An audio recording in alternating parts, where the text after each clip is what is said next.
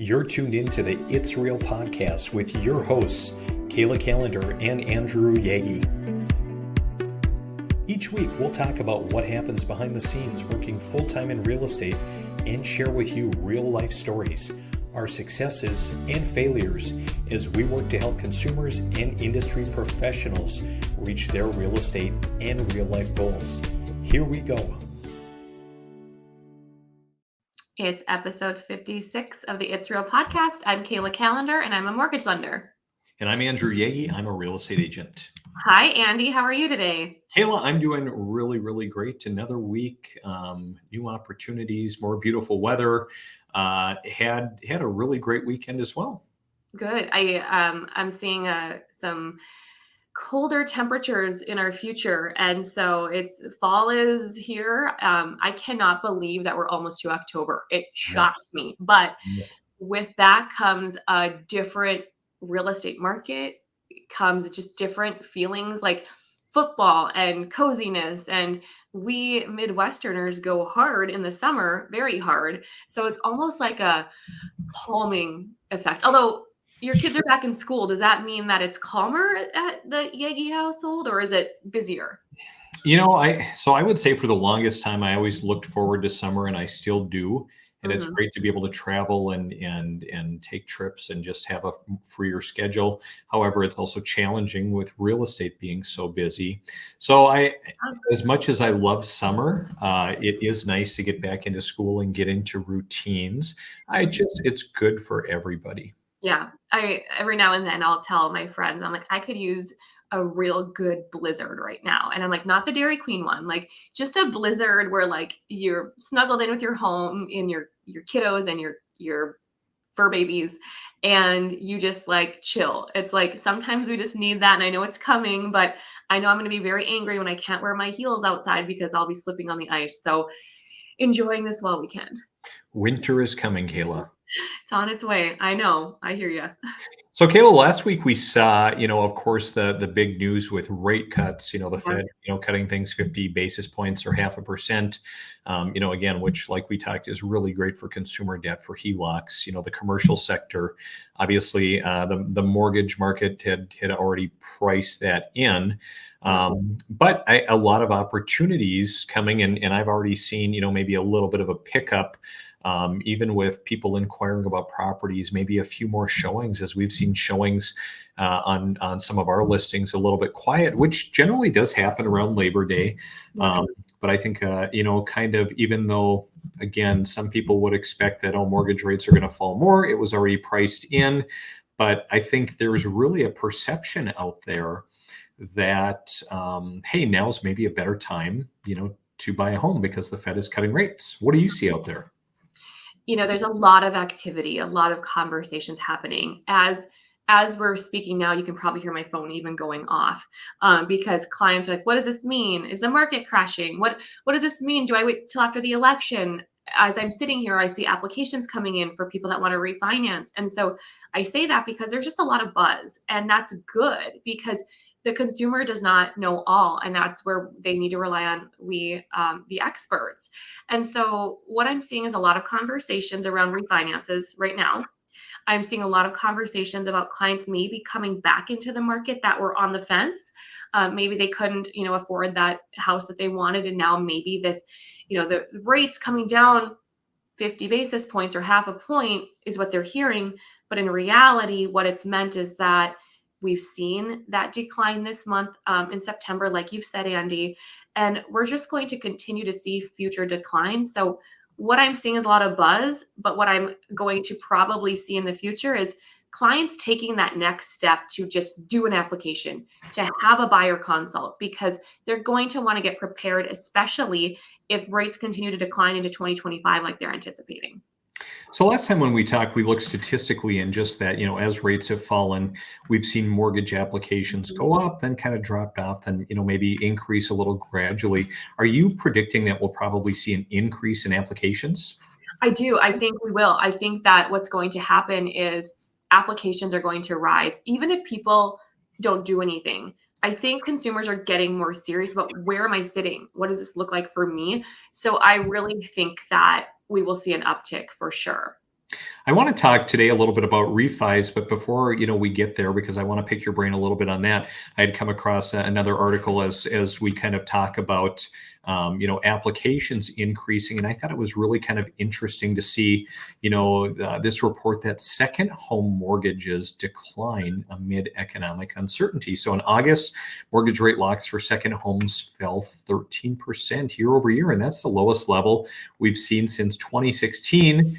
And actually, I think, when I look at kind of the stats on some of the lakeshore, like in our area, Yeah. there's still been a lot of activity, but it's maybe not quite on par with what we've seen in past years. What are you seeing? I think there's just a lot of uncertainty in general. I think that people are living more paycheck to paycheck, not that everyone is, but there's a lot less money to go around to be used. So people don't want to have a current home, maybe at, whatever rate they're at. They could be at 3, 4%, they could be at 6 to 8%, and then have another property on top of it to take care of. And I think people are really trying to keep their funds close to their chest because of the uncertainty, especially with an election year, especially with not knowing what's going to happen. I mean, we've seen stats, we've seen TikToks, we've seen so many different posts about what the average grocery store shopping trip looks like now versus 3, 4 years ago. And it's crazy. And I say it all the time, Halo Top ice cream used to be $4 and some cents, and now it's $8. Like, I'm not buying my Halo Top anymore. I'm buying Yasso. I'm just saying. But I say that because it really does impact people's confidence in spending. And I mean, even I can tell you, Andy, like, we talk about buying windows for our lake home, and that's not cheap, but it's like, do we do this? Like, what if something happens? And I think people think about that when they think of second homes, especially. I've even had people say, you know what, I'm going to put in a pool. It'll be cheaper. I'm going to do that for now. And then we'll explore the lake home maybe if rates drop in a couple of years. So that's my long tangent and my thought about it. Well, and I think that's well said. And interestingly enough, to kind of tie in, I came across this article as well. So you talk about the second homes and people maybe being a little bit more strapped, living paycheck to paycheck, or just holding cash close to the vest, so to speak. I found this article about Mariah Carey and the fact that she paid cash for her Tribeca penthouse, $9,099,000, and she's borrowed $18.6 million in mortgage debt against it to fund her lavish lifestyle, which, Kayla, I think you'd appreciate this and would maybe do the same if you were Mariah Carey. But this spending includes $45,000 a day dog spa days. Wow. I What do you mean, think about that? amen, girlfriend. You do you. I think that's awesome. Like, was that $45,000 in dog? 45 grand. Could you imagine spending 45 grand in a Yes. day on your Yes, dogs? on my yes, on my dogs, yes, I mean, come on, like chiropractic, like laser therapy. We could do acupuncture, like, Oh, man. like the paw massages. Think of the things. Kayla, I thought you grew up in a small North Dakota town in kind of a farming situation. I did. We were poor. We You had a farm dog, and that was about it. that was about it, and it slept outside. And I remember when we were going to get our first dog in 2015, my husband's like, "Yeah, we'd get a dog," and I said, "Well, we don't have a fence. Where would it live? Like what?" And he goes, "Kayla, it would be in our house." And to conceptualize that from being on a farm, that was hard to understand. But And now, what do things look like 4 years later? I mean, they're yes, all four pit bulls, and yes, they're pitty mixes. They're all rescues. Everyone asks, "Do you really have four dogs?" Yes, I do. They're well behaved. They're wonderful, and they are cheaper than children. So I've heard. I don't know. Sure. Awesome. Well, hey, Kayla, I want to talk refis a little bit Yeah, today. So, um, first of all, we use abbreviations and just talk about these things like they're common sense. But there are probably some people listening out there today that say, "What in the world is a refi? Like, what yeah. does that even mean?" Yeah, and so a lot of people really don't know what it means, and a lot of individuals think that it's a click of a button. Some think it's super strenuous, and at the end of the day, a refinance is basically we're just redoing your loan. We're going to do a new loan and pay off your old loan. So the new loan, essentially, the goal would be to either decrease the term. So maybe you want to go from a 30-year to a 20-year. Maybe you want to go from an FHA loan to a conventional loan, and or maybe get rid of mortgage insurance that you pay monthly. And a lot of reasons is because you might want to get a lower rate. Obviously, who doesn't want a lower rate, a lower payment? And what we've seen a lot in the last few months is cash out refinances, meaning you're taking out the equity to pay off things or to pay for things. I just had a client that we did a cash out refinance for because their consumer debt was between 15% and 25%. And so it made sense to go to from a 3% mortgage rate to a 6% rate over 30 years, then have all this debt in a 5-year term at 15%, credit card debt at 25%. So we freed up hundreds of dollars in their monthly cash flow. So the purpose of a refinance is to get rid of something else and to acquire something new. And usually it's going to be for financial purposes. Sure. Very, very cool. So I did a refinance once, and it was back, during COVID. And I think we Mhm. talked often about that time frame, Yeah. just how it was madness. And so that's the only refi I've ever done. And it was kind of a horrendous experience that turned good because, Yeah. we were working at refining. We had bought our home in 2018 Mhm. and had done a 30-year mortgage. I was kind of, buying some investment properties thinking, okay, I want to keep cash flow more manageable. And I think at that point we got a rate of 4.625. So fast forward to, the COVID era, 2020, it's like, wow, rates are so low. And at this point, I want to drop down. I want to change the term from 30 to 15, and I want a better rate. So I had locked in with a certain lender, 2875.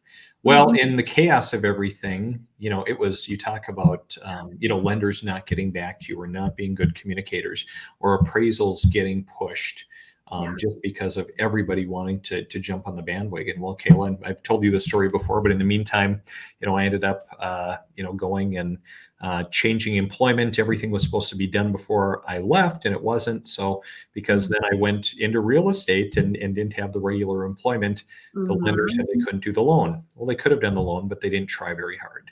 So we were actually able to get it done and refi with just my wife's income, and actually got a better rate of about 2.375, which we have right now.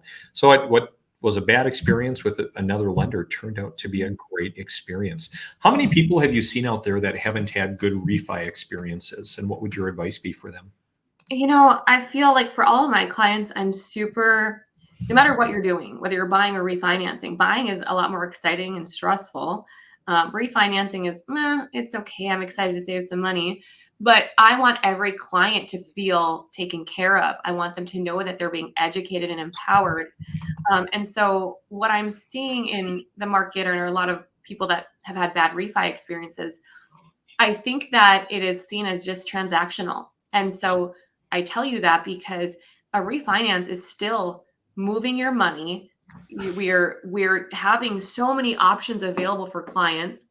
I'm seeing clients chase a rate to save $100 a month when in reality they could be saving 300 if their lender would just educate them on the forecast and what that means, or paying points. They're paying 15 grand for a lower rate when in reality they shouldn't be paying so much, knowing that maybe rates are going to decrease. So I haven't heard a ton of like bad experiences because I think people are less likely to talk about those experiences than when they buy and they don't close on time and the moving truck is there and they couldn't sell their house on time. But at the end of the day, clients, it's not just about the interest rate. It's just not about like, oh, I saw Rockets at 4.99 and their APR is at 7.3. What does that mean? It means they're charging you a ton of money for that rate.